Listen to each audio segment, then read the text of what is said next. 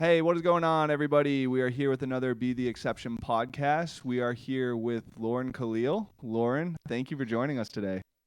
It's great to be here, and I'm happy to be recording from the comfort of my own home. Yeah, you were saying you had some pretty crazy travel over this last weekend. Yeah, and I've learned the hard way that I should always travel with a portable camera and a portable microphone because you never know with travel delays where you're going to get stuck and have to, hop on and continue with work as usual. Yeah. Well, welcome, I guess, back to the comfort of your own home. So, Thank you. I yeah, appreciate it. So do my dogs. yeah, for sure, for sure. Well, yeah, why don't you have a kind of you're deep in kind of the woods of CrossFit. You've also kind of started to branch out into the tactile games, it looks like. You kind of been a staple in the broadcasting scene for a while. So do you mind just kind of telling us how you got started in that and like kind of how, your passion developed for that? Yeah, I feel like my passion for storytelling and journalism started at such a young age. I'll Hmm. always remember when I was around 6 or 7 years old, my mom was doing my hair in our home bathroom, and I would use this big brush that looked like a microphone. And as she was doing my hair, I would just pretend that I was interviewing her and ask her questions and pretend that I was a Oh, very cool. reporter. And then later in life, I was in college and Hmm. I went to a liberal arts university. I didn't really know what I wanted to do, and Hmm. I took a intro to journalism class. I loved it, and from there I had a dedicated major in sports broadcasting, and it was Okay. just this marriage of two things I was really passionate about. I love Yeah. storytelling. I love learning about people and asking questions, Hmm. but I also love sports. I grew up playing sports, whether it was Hmm. team sports, individual sports. Like I was in this really big sports community and family. So two things that I was really passionate about, I wanted to turn into a career. But upon graduation, Hmm. I applied to maybe over 200 jobs, and only about four of them were in sports. There just Okay. weren't as many opportunities. So I met with my advisor at my university at the time, and he was Hmm. like, my best suggestion for you is if you're really serious about this, pack your bags, be willing to move anywhere, and just Hmm. take a news reporter job. You can get Okay. your foot in the door. Yeah. And, if the sports department needs help shooting video or editing or any odd end job that you can help in the sports department, you're going to be their girl, and that's going to be Yeah. your foot in. Okay. Well, 8 years later, I was still in a news job at Dang. several different news stations, and it never transitioned the way I thought that Okay. it would Yeah. until Yeah. I got out of local TV Wow. in Okay. 2001 at this point. Yeah. Okay. Wow. So you got out of local TV in 2001 then? Is that what? Yep. Okay. So I was in for about 8 years. Yeah. Okay. I was in, Wow. it sounds like I was in prison, which I guess in a lot of ways I it mean, if you has didn't some enjoy it. similarities. Yeah. Yeah. That must be a grind. Like, were you on early morning news, late night news? Like, Oh yeah, most of my career I was the morning show. So the okay. shift was about 2:30 a.m. until about 11 a.m. That's crazy. because our morning show would start at 4:30. So you have to Wow. come in, you have to do your prep work, make sure Yeah. that all of your scripts are in with the producer. Then Hmm. if I wasn't anchoring and if I was a reporter, you would have to drive out to wherever the story was, whether it Wow. was breaking news, whether it was I featured a lot of local bakeries and coffee shops and things Okay. that open up super early in the morning. Yeah. So Yeah. So like, is that like you show up and you have to write your scripts, then get them to the producer, and then go out to the scene, or like how does that work exactly?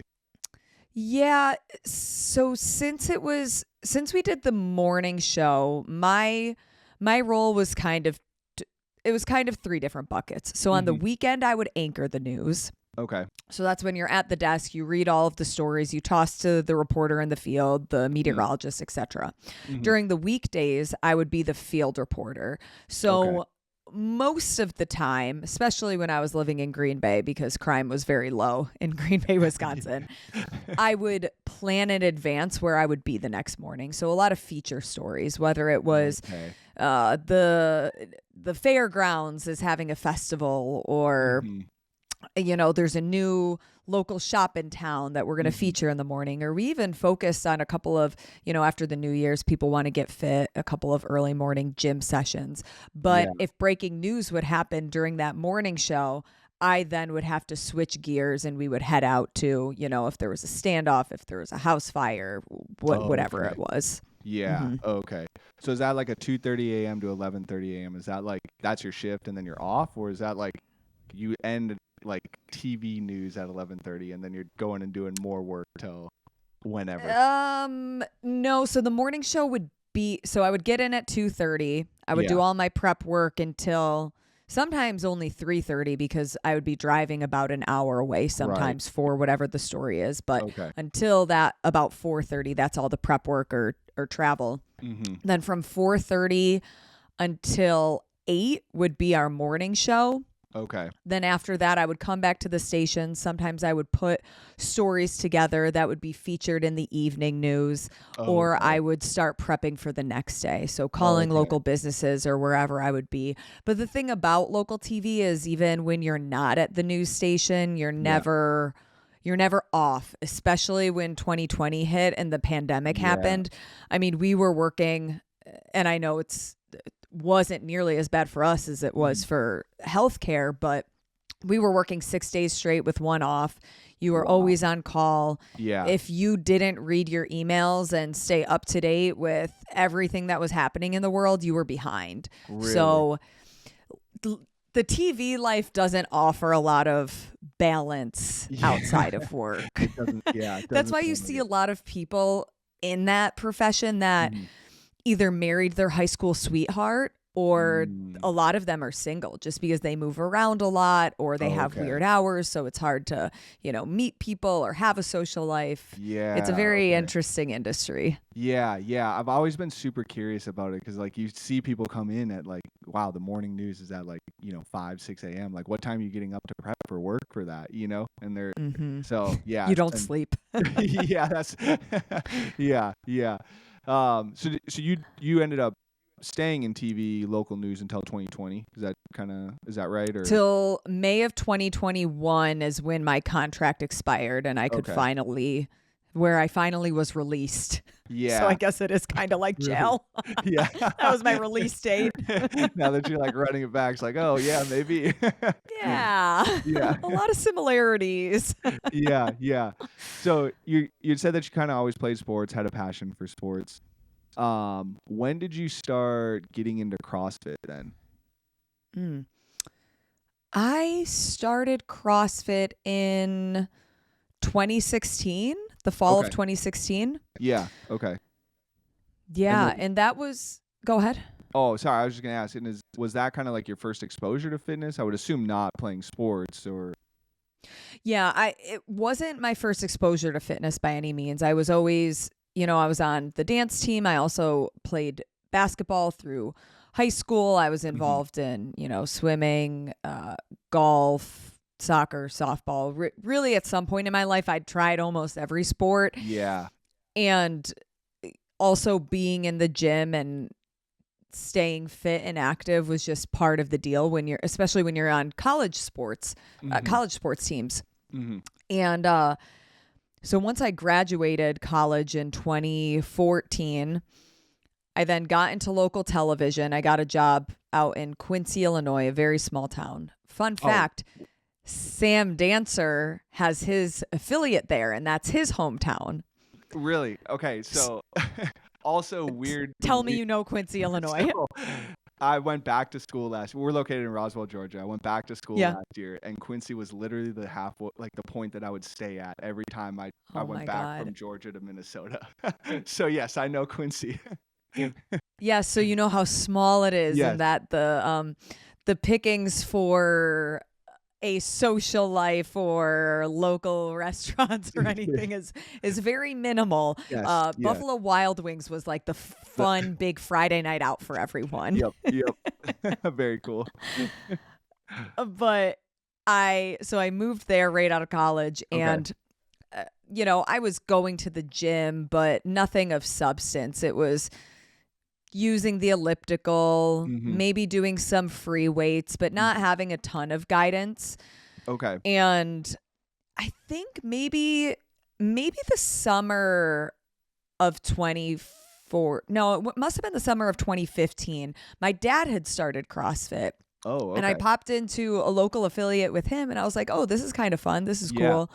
But the price tag on what it would cost to be a member Yeah. was so high for me because people think that folks in television live this luxurious life where somebody does your hair and makeup and dresses you and you make great money. Oh my God, I made $24,000 for the entire year in my first job. That's And that was before taxes. Yeah. And working 60-hour weeks, Right. it's insane. So Yeah. to then pay about $150 for a CrossFit membership, it Yeah. just didn't seem feasible to me Right. at the time. Right.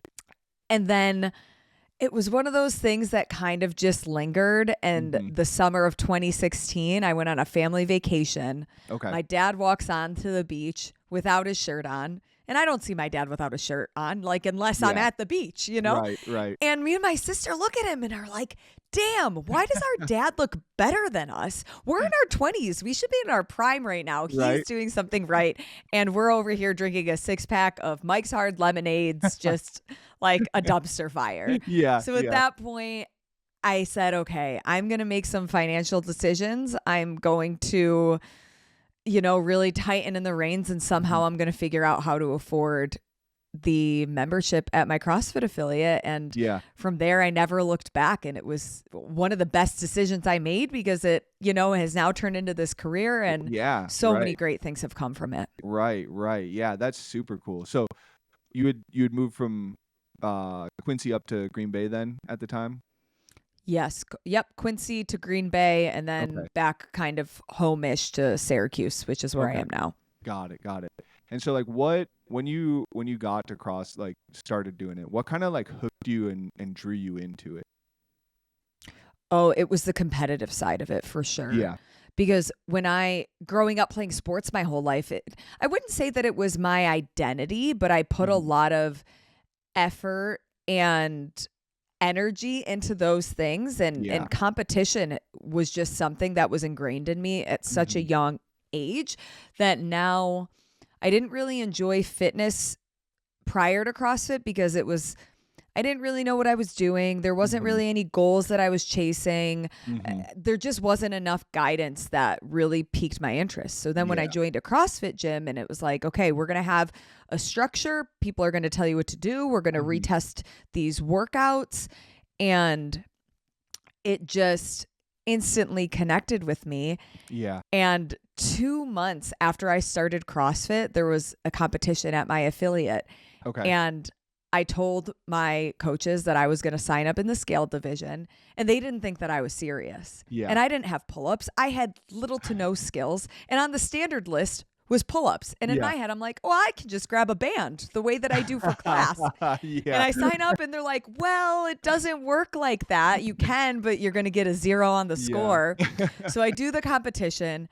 I get second to last in the scale division. And from that moment on, I was like, oh, this is never happening again. Yeah. The following year, I stood on the podium in the intermediate division and, just really hunkered down in my training. Yeah. Yeah. That's sweet. So was it also kind of like, so the competition side of things, like, did you have an idea of like how competitive you wanted to make it or take it, or like how far you wanted to go? Or oh my God, when I started, I was like, I'm going to be a regionals athlete. Like everybody looks at it and think it's this attainable goal. Right. But outside of the competition part, it also gave me a baked in set of friends that was outside from my coworkers. And I can't emphasize the value that had to my life because with the culture in television, it truly was a very negative culture where health and nutrition was not taken seriously because you're working these crazy hours. You don't have access to a microwave or things like that. So a lot of the time you're stopping at McDonald's or Burger King after working an 8-hour shift to drive back to the news station. And it was like all of these things weren't a priority with that now I had this other group that just felt more in line with the type of person and life that I wanted to live. Yeah, that's very cool. So like what hooked you kind of like on health and wellness and fitness? Like how did you know that was something you kind of wanted to chase after? Does that make sense or? Yeah, so growing up I was a dancer and that ingrained a very different idea of what health and fitness had in my mind growing up. Being part of that community, it was thought of the smaller you can be, the better you'll perform, the better you'll look in your costumes. And I mean, I remember a time where we used to have weigh-ins. Like you would come to class, you would stand on the scale. If you're not a certain weight, then, you know, you're going to be shamed or put in the back of the dance because you're heavier. And just this idea of what health and fitness and wellness as a whole was to me started to shift once I got into CrossFit. And it felt like, wow, I grew up as kind of like the bigger girl. I always had big thighs. Like Thunder Thighs was my nickname and I always hated it. And now I'm like, oh my God, I love it. Like I love my big old thighs because they can squat a lot of weight. Right. And it finally was being a part of this community where I felt like I fit in and I felt accepted for the body that I had. And it wasn't about making yourself smaller. Yeah.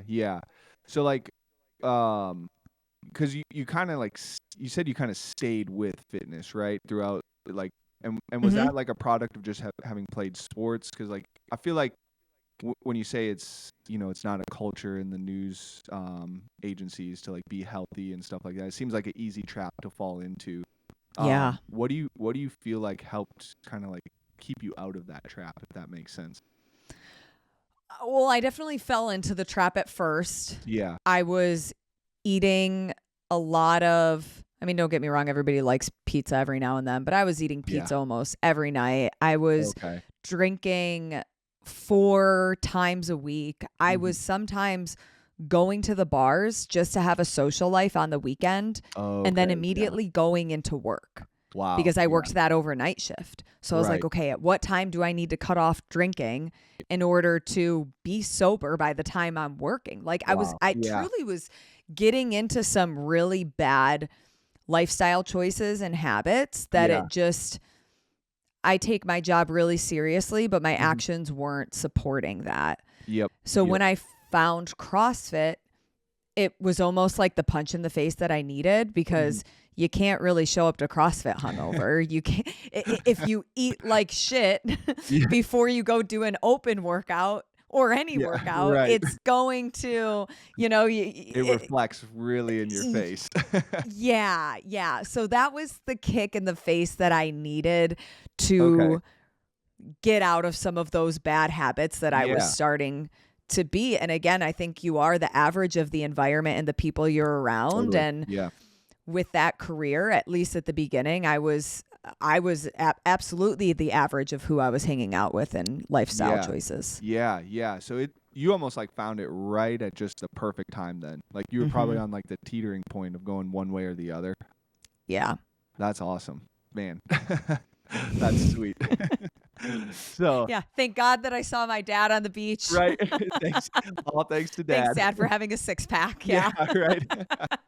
That's sweet. Sweet. So after the intermediate competition, this would be like what, 2017 now, right? Yeah, early 2017, like February of 2017. Yeah. So I'm continuing on with CrossFit. Like what all did you end up doing? Like, did you ever make it to regionals? Like No. I never made it to regionals. Big shocker there. The furthest I've made is quarterfinals, but not last year's quarterfinals with top 25. I did make it all the years that it was top 10%. Okay. So, once I realized what CrossFit was all about and Mhm. how hard it actually would have been to be a regional semifinals, games athlete, whatever Mhm. era you want to live in, Mhm. I realized, okay, I just want to improve on myself. I want to Yeah. be able to maybe do a couple of local competitions Mhm. and perform well. And, Mhm. I'll have certain lifting goals or I'll have certain endurance goals. And just Mhm. at that point, it was a me versus me thing. And that's Yeah, where the mind shift became more realistic. for sure. Yeah, yeah.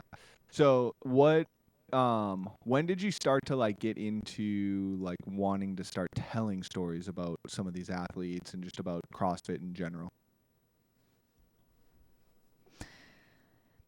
When you get a little voice in your head and it just keeps nagging you and it will Mhm. not shut up. Mhm. Mhm. That happened very, very early. So Okay. when people say, oh, when people start CrossFit, they really drink the Kool-Aid.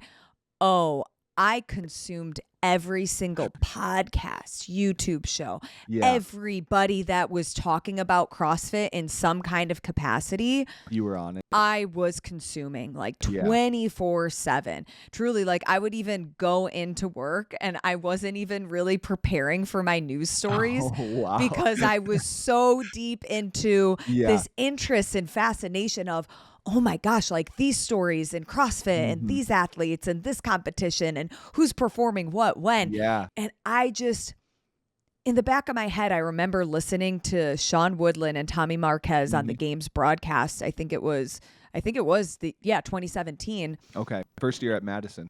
And yes, the Yeah. first year in Madison, because Yep. I actually went because I was living in Green Bay. Yeah, yeah. So it was an So I easy ride. drove the 2.5 hours to see it Yeah. in person, and I had a little earbud in so that I could hear the broadcast Oh, while wow. I was That's watching it. dedicated. And oh yeah, I was a nut. Like I Yeah. really drank the Kool-Aid when it came to like the whole media and Yeah. broadcast side. And I'm listening to them and I'm just like, wow, I wonder how you would get a job like that. Yeah. And it just was this little nagging voice in the back of my head Mhm.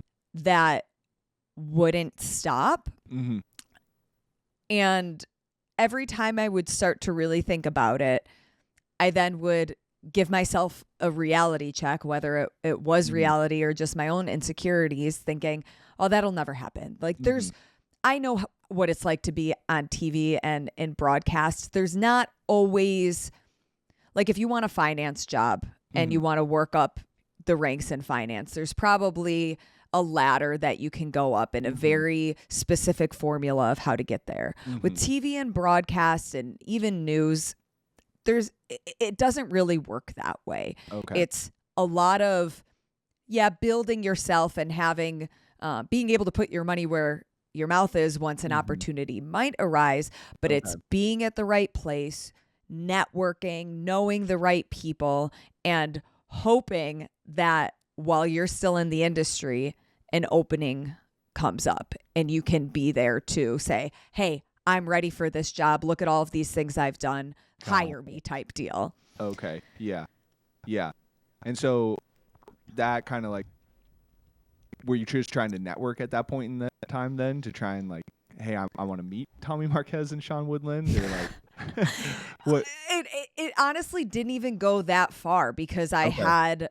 I still had this self-doubt that it wasn't a Okay. realistic possibility and Okay. that maybe I still wanted to lean into, I was living in Green Bay, Wisconsin at the time. Maybe I Mhm. could have some kind of, maybe I can get an in through the NFL or the Packers or Oh, yeah. another sport. But then I had the self-doubts of, well, I don't, as much as I know about football, I don't know all of the history. I don't know Mm. the names and the technicalities that you would Mhm. have to know to be a really good broadcaster for Okay. something like the NFL. Yeah. But Okay. then I was like, with CrossFit, the amount I'm consuming and the sport is still young and Yeah. I'm learning about these athletes, Right. maybe this is it. Maybe this is it. Yeah. And then it was 2020 that Okay. I saw, or I had subscribed to the Morning Chalk Ups newsletter, Mhm. and I was like, you know what? I have the skills to write for this newsletter. I Yeah. could be a sports writer. It's no different in a lot of ways than being a news writer. Mhm. You know, the topic is just different, truly. Right.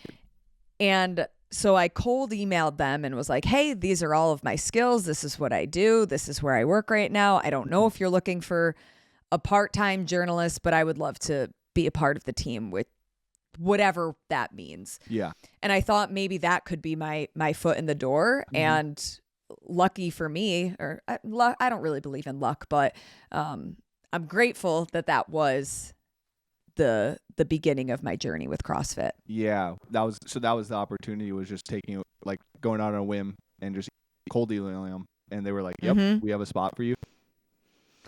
Yeah, pretty much. So then I was writing for them part-time, and I thought maybe it could somehow turn into a full-time job. Okay. And at that point, now we're in 2021, and my contract for my TV job was coming up in May. Okay. And the way that TV contracts work, you normally sign between a 2 and a 5 year contract.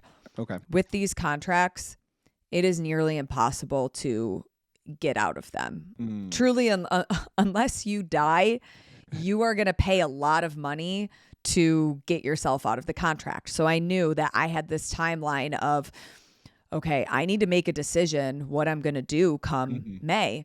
Yeah. And at that point, I only had a part-time job with Morning Chalk Up, but I didn't feel okay with signing another 3-year contract in something that my heart wasn't in. Yeah. So I left my full-time job with a 401k and healthcare and security and paid time off. And I mean, not that the job paid really well, but it still was a secure job for this part-time job that who knows what's going to happen with it. And that was a scary time. Yeah. I mean, that's a huge leap of faith. So it sounds like, though, you kind of like, you started to get rid of this self-doubt, it sounds like, over time. And like, you ended up taking that huge leap of faith. Like, what do you feel was the kind of the difference in that? I knew that I was so unhappy in the job that I was currently in that it was almost like I have no other option. I can continue going down this path that has security and comfort, but not really be happy with the trajectory of my life. Yeah. Or I can bet on myself. I can lean all into something that I am truly, truly passionate about. And I will invest all of this time that I'm now not spending at the news station to make this other thing work. As much as there were little voices of self-doubt, the only option is to make this work at this point. So I'm going to do everything I can to make sure I don't fail. Okay. Yeah. So it's almost like you're like, this is survival mode at this point in time. Yep. Sometimes survivor bust. Yeah. Sometimes that's just what you have to do. Yep, when your back's up against the wall, and I'm like, damn, I'm 30 years old. When I was 15, I thought, I'd be married, kids, have my dream job at 30 years old. And then you turn 30 and you're like, shit, this is not anything like I thought it would be when I was growing up. Yep. That's funny. It's very different. Yeah. Sweet. So where over the last 4 years has taken that leap of faith brought you? Like what all, like, you've obviously kind of have your own thing for right now for like journalism and stuff like that. Were you a part of any other organizations or? Yeah, so I worked with Morning Chalk Up until 2022, I think. Okay. 2022. And from that, it went from writing part-time to then totally transforming their YouTube channel from doing a debate show to interviewing athletes to live coverage at events. And then I left to work full-time with Talking Elite Fitness. So with Sean and Tommy, which to me was like, oh my God, these are the guys that I listened to that literally inspired me for where I am now. So that was, one of the coolest things. Right. And I worked full-time with them for a little under a year. And now I still work part-time with them.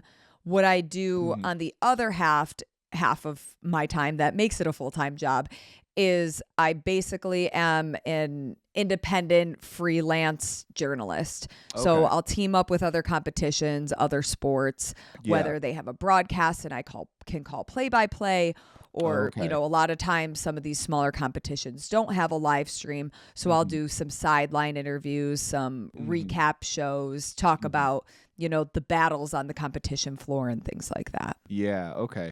That's very cool. And so like, what where? Okay. Sorry, lost my train of No, thought that's there. okay. But okay. So like, do you foresee yourself continuing doing this, or like, where do you like? Is this the ultimate goal? Like, you've kind of achieved what you want to achieve now, or like, do you think there's even more that you can accomplish, or you want to build? Oh man, it's a double-edged sword because I'm trying to get better at enjoying the journey, Yeah. because even if I have a goal that I'm aiming, Mm-hmm. and I think Katrin David's daughter talked about this really well, and it really resonated with me, is when she won the CrossFit Games, as she was standing on the podium, she already was thinking, what is next? Yeah. And I can feel a similar sentiment because for Mhm. me, calling play-by-play on a major CrossFit event was the pinnacle. I guess you could say Yeah. like doing it at the CrossFit Games is the pinnacle. Mm-hmm. I would say at this point that's probably less of a realistic goal just because of certain dynamics. Mm-hmm. But last year I was able to call play-by-play at Wadapalooza, Mm-hmm. at an open announcement, at Mhm.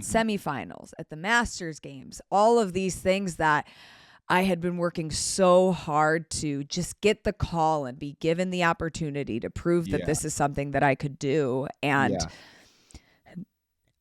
as much as I like am living in those moments, I'm thinking, okay, what's the next thing that I can be hired to call play by play? Is it Mhm. going to still be in the CrossFit space? Is it also going to live in another type of fitness space or another sport entirely? Mhm. So for me, like my big picture goals are to be calling play by play on more live streams, Mhm. as well as hosting like recap shows or preview shows, Mhm. and not so much in this YouTube internet format, like on a broadcast at a desk, Mhm. really good high quality coverage that can be shown on ESPN or CBS Sports, and trying Gotcha. to find ways that I can team up with broadcast companies to do more of that, because that's really where my passion is. I love Yeah. storytelling and talking to people and having these human conversations. That's Right. one major passion. But Yeah. then my other passion is sports coverage. And Right. that's with the host role and the play-by-play role is Yeah. where I really have passion. Yeah. Okay. Got it. Got it. Yeah, that'd be really cool. And do you foresee like because you're also in tactical games now, correct?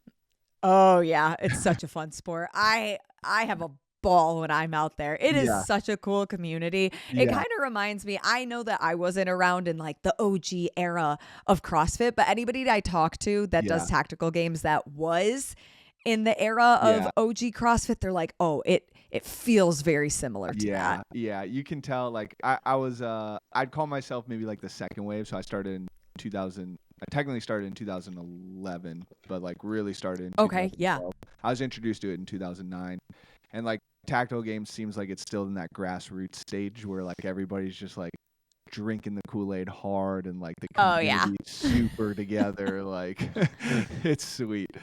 So what I guess maybe how did you get into that then? Another cold email. Yeah. Did you just see it on Yeah. Instagram and you're just like, this is sick, I'm just gonna email them, or?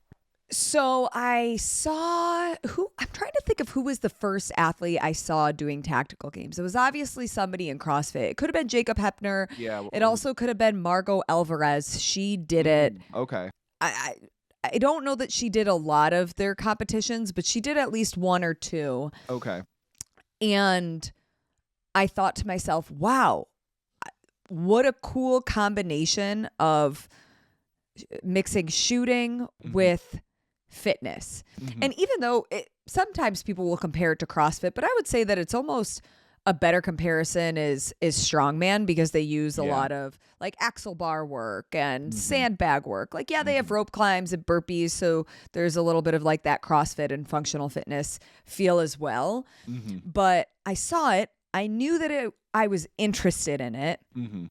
But again, how do you get involved with it? I have no freaking idea.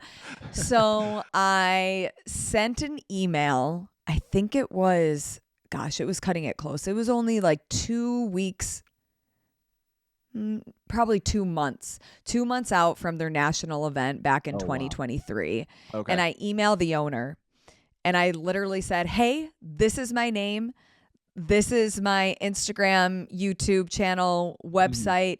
Here are all of my credentials of what I do in the CrossFit space. I feel like something that the sport is lacking right now is storytelling, and I want to provide that for you guys. I'll be the first one to say that I'm very green when it comes to the shooting side of the sport, but I can talk about the fitness side until my face turns blue. And he responded to me and was like, yeah, the sport is very intricate when it comes to the shooting side. I've looked at your work. I know you're good in the CrossFit space, but my hesitation would be that you don't understand the shooting side enough. And I said, I'll never forget. I said, if you hire me, I promise that I will show up prepared and I will know what I'm talking about. Heck yeah. And God bless these guys because they took a chance on me, because you never know. Some people can be like, you could be easily fooled. Right. And I was like, nope, I'm going to read the rule book. I'm going to consume every piece of content that's out there. One of my friends, Becky, she lives locally and she was competing in the sport. So I met with her a ton so she could teach me. I asked what I would consider dumb questions, but nobody ever made me feel like I was dumb when I was asking anything about, you know, how the gun works and the certain like intricacies of the terminology. And now looking back, I mean, that was almost a year and a half ago. It's really cool because some of the people that saw me start in that space are reaching out and like, hey, you've grown so much. You've really leaned into this craft and we appreciate how seriously you take your job. And I think that's awesome. Really cool too, to have the support from the community when, you know, I'm the girl that shows up to the gun range and I'm in hot pink and sparkles and some people are probably rolling their eyes, rightfully so. But I want to make sure that I can back up what I'm saying with the very outward appearance. It's that's very cool. And I come from a military background, so like I have some shooting experience as well, but like it's always nice to see people that are just kind of like getting into it, and you know that community embraces people that just want to learn, and they're like they're just like, give me all the information you can give me because I'm here to just absorb it all. So it's very cool to hear like you were like, hey, I'm in this and let's do this. Yeah, and that truly is one of the coolest parts is people in the shooting community, they want to help. They want to share their knowledge, and they don't want to gatekeep anything, and they are a very tight community and a very welcoming community. So working with Tactical Games has been such a blessing for me. Yeah, for sure. That's super cool. So what, I guess I'm a little bit curious about this, but what are some of your like favorite stories that you've been able to tell from athletes, either Tactical Games or CrossFit or other? or other. So I think one of my favorite stories when I think of my favorite stories, they kind of live in different bubbles or different boxes. So one of them from just a sports storytelling type of coverage was last year, Victor Hoffer qualifying for the CrossFit Games. Okay. He had all of this hype leading into the French Throwdown and, you know, predicting to be on the podium, predicting to maybe even win. And he's going to be like the rookie of the year at the CrossFit Games and all of these things. And then he shows up to the semifinal and he gets terribly sick. Oh, and really? Day one goes absolutely catastrophic for him, where it's Wow. like, well, Okay. I don't even know if he's going to be able to continue, Wow. let alone qualify at this point, because he's put himself in such a hole on the leaderboard. Yeah. And just watching the grit and resilience of him to fight through, whether it was nerves or food poisoning, whatever it ultimately ended up being, seeing him climb out of the hole to punch his ticket for his rookie year was such a cool story to have a front seat and watch. That's like, awesome. wow. I was blown away. And I mean, he's been through a lot. He had, I don't know if it was mono or some other illness right before or right after the games too. Oh, so wow. training wasn't going well for him. Yeah. So he's been through a lot when it comes to the ebbs and flows of staying healthy. So that was one of my favorite stories to watch pan out. Yeah. This past weekend at the tactical games, Blair Drum, who won it. Okay. And this is so different from the story I just told. As she's getting her award after she won the weekend, she shows the sonogram that she's pregnant, that her and her husband are pregnant, and like announces it right then and there. So that was a really cool moment to watch. And after she absolutely kicked ass over the weekend too, you know what I mean? Like, hey, check it out, guys. Right. Like, are you kidding me? You did this pregnant? Like, yeah, that's so cool. That's awesome. Bodies are crazy what they can do, you know? They really are. Yeah, they really are. That's nuts. I've heard of a couple of people that have ended up competing at the CrossFit Games pregnant, even on teams. I don't know. Have you heard of any individuals that have done it? I can't remember if Tia was pregnant at the games or if it was right after the games. Okay. When she announced her pregnancy. Yeah. I know like the timeline, it would have been close. Yes. Yeah, that's right. Yeah. That's just so impressive. But yeah, so you hear stories like that and it's just really cool to see, because like through fitness, things that you might have thought were impossible, you see become possible for people. And I think it's just really inspiring for so many different reasons. For sure. So like in storytelling then, like how are you prepping for these? Are you just kind of like, hey, I'm going there and I'm going to try and just view what's going on and tell something as it's evolving? Like what kind of research are you doing on like the athletes and stuff like that? Like how do you prep for these things?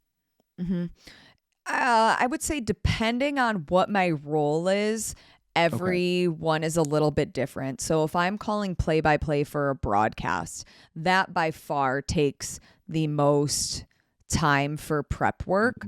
For that, I will build out athlete profiles for all of the athletes that I'm going to be covering. So from going to their Instagram, taking a screenshot of what they look like, because sure, I know what Pat Vellner and Jacob Hepner and Tia Claire Toomey look like. But when you're at semifinals or some of these other smaller events, you're not going to know all of those athletes. There's a lot of up and comers. So it's doing that, adding all of the information to their stat list. So if there's any, maybe they won Tier Wadapalooza the previous year, or this is their first semifinal appearance, or just little stats like that, I like to add to their athlete bio. Okay. As well as, you know, if they were a D1 athlete or have a cool little accomplishment that could add to storytelling in the broadcast. So I'll do that for every athlete that I'm covering if I'm calling play-by-play. Okay. Which for the Masters Games, which had over 200 athletes competing, that was a lot of days making athlete bios. Yeah. Wow. And it's also like with something like that, there's a lot of names that I don't recognize and I don't know if I'm pronouncing their name the right way. So luckily with CrossFit, you still have access to these athletes a lot that I will send them a DM and ask them to send me a voice note of how to pronounce their name. Most of them will see the message and answer me. So that's very helpful. Yeah. But that's how I prep for play-by-play. Okay. If I'm doing tactical games, which I would say that role is kind of just below calling play-by-play, because in a lot of ways I am somewhat doing that in a less official role because there is no live stream. Okay. But I put all of the videos on YouTube. So I will follow the athletes along. I will mic myself up. I'll commentate as the action is happening. Okay. So I'll put like stat lists together of them, how many times have they been on the podium? How long have they been in the sport? Little things like that. And then if I am kind of doing the sideline coverage for an event, I mean, it's anything from doing a lot of Instagram stalking of the athletes that are going to be there, and really just talking to people at the event. You would be surprised on how much information you can learn about interesting people at an event just by talking with the community. Do you like try and like spot people out, like, oh, there's family members, like I'm going to go chat with them really quick? Or So when I was at Fittest of the Coast, that competition is broken up into half of the competition. It starts with just the individuals, and then the second half of the competition is teams. On day one of teams, somebody had spotted that there's these identical twins on a team. And I was like, one of the stories I want to focus on is like, who are the families that make up the team competition? Like there was a dad competing with his daughter. There was very cool.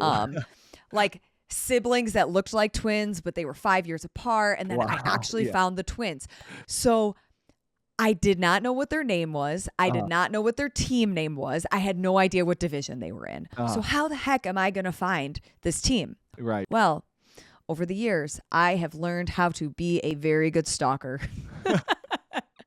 So I go down some rabbit holes and I'm DMing people that have somewhat of a like secondary or third connection to them to try to lead me in the right way. Yeah. Eventually, I finally get in contact with them. I find them. I'm able to interview them, and they had a great story too. So that's awesome. The little investigative journalism piece comes out sometimes. Right. That's sweet. What division did they end up? Were they in? Men's master. I think it was 40 plus. Wow. Okay. Very cool. But identical twins. And then ironically enough, one of my friends from Tactical Games knew them. One of them was like his financial advisor. And he was like, I heard your voice interviewing these people. And I'm like, that's Lauren Kalil. And then he sent me a message. And I'm like you said, it's so crazy how intertwined all of us are in the community. It's crazy. That's crazy. I don't know why, but I was thinking they were like some like in the intermediate division, like younger individuals for some reason. So that's really cool. Like 40s plus, like competing together as twins is awesome. That's so cool. Very cool. So are those kind of the two roles then that you're kind of taking and prepping for at events? Or yes. So sideline is more similar to what I did when I worked in local television, even though it was news. Okay. I show up to a local business, we get 4-minute spots on the news for multiple times interviewing the person, kind of like a sideline reporter, essentially. Yeah. So that's a position that I've been in for most of my career. I would say that that's kind of my bread and butter. Yeah. But if somebody asks me what gets me out of bed in the morning, it's not sideline. I say that it's play-by-play and host positions. And I say that kind of going back to what we talked about at the beginning is I always have that goal and something that I'm trying to perfect and get better at, and a vision for something bigger. With sideline, it's something I'm very, very comfortable with. Okay. But it's not as challenging for me as those other roles. And that's what I like. You like the challenge. Mm-hmm. Yeah. I do. Yeah. That makes sense. The challenge is always great to chase after. So. Yeah. And it's, setting new goals for yourself and breaking new barriers for yourself. And even like when it comes to having the play-by-play position, that's not a role that you generally see women in.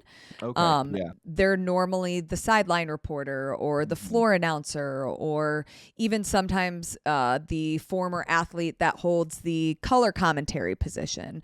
So to try to break through this barrier of what is possible, not just professionally for myself, but to hopefully open doors to show other people that, hey, if you put the hard work and dedication in and really hone in your craft, you can get good at it. And if you get good at it, you can also be absolutely qualified and have all the credentials to hold a position like that. Yeah. So that's gonna be a huge inspiration for people. Then is that kind of like what ultimately drives you, or? Not really. Like, even when I go back and think, I think Morning Chalk Up wrote an article when I called play-by-play for Tier Wadapalooza 2 years ago, and it was like, oh, first female to call play-by-play and at a major CrossFit event. And to me, like, that was never the motivator. Okay. But I think it's something that if I know that somebody is watching and it opens a door for them, it kind of gives me an extra reason to my why. Where my why isn't to do it just because I'm a woman. My why is to do it because it's something I'm truly passionate about, and I think that I can be really good at the position. Yeah. But knowing that as I do it, I'm potentially opening doors for other people, I think is just another motivator or driver to want to keep pushing. Yeah, that makes sense. Yeah. So what I guess is next for you here? What is your, I mean, we're obviously kind of looking at the CrossFit season right now going like, what is going on? So like, what have you kind of like mapped things out now? Like, are you focused mainly on CrossFit this year? Are you looking at the World Fitness Project at all? What other little competitions are you kind of dialed into here? Yeah, I would say that it's a kind of a balance between CrossFit content and CrossFit events with tactical games. I mean, tactical games has like, I think 12 regional events and then their national events. So just that season alone takes up half of my calendar because I try to at least be home half of the year. Yeah. I like to be home sometimes, but also I'm really passionate about my work and my job, and that requires me to be on the road. Right. But World Fitness Project, that stuff is still up in the air. Okay. With whether I'll be at those events. I know for sure I will be at the Fittest Experience Invitational. So I was at their championship in January, but then the Invitational will be like their in-person semifinal. Oh, okay. I'll be doing the broadcast for them for that. Okay. And then the other ones, man, it's so hard now that each event is working independently. I think it's good for a lot of reasons, but it gets confusing for a lot of reasons when you're thinking of like work and what your own schedule looks like if you're in a role like myself. So I've got a lot on the schedule, a lot still up in the air. I kind of just go with the flow. Yeah. It's easier that way. Just roll with the punches. Exactly. Because one thing I've learned is you can create like a 1-year plan, a 5-year plan, a 10-year plan, but so far none of the ones that I've put on paper have actually been what the reality for my plan is. Yeah. Yep. That's something I struggle with business is like, man, I can make a plan, but it's probably not going to end up like that at all. Like, we'll put goals down, but I don't know how, like, the plan's going to be just chaos. So, how we're going to get there, we're not really sure yet. Yeah, right. So, well, awesome, Lauren. Thank you a ton for coming on here. We'll look forward to seeing your broadcasts and kind of some of your other storytelling here throughout the course of the season. How do people find you if they don't follow you on Instagram or get a hold of you or? Yep, I try to make it really easy to find me. Lauren Kalil is where you will find me on Instagram, TikTok, my website, just laurenkalil.com, and then my YouTube channel. If you search Lauren Kalil, it should come up. Otherwise, Queen of Hustle is the @ because somebody stole my name. Really? Yeah. Queen of Hustle. Like, who was it? Queen of Hustle, that's fine too. Yeah, it still goes with the brand because that's what the business name is. So it works. Yeah. You have to do the investigative journalist stalking to find out who stole it, though. I know. That's on my to-do list. I really do want to know who it is. Yeah. That's sweet. Who's holding me hostage? Yeah, right. Well, thank you a ton for coming on, Lauren. thank you guys for listening. Please like and subscribe if you have not yet. And we'll catch you guys next time here.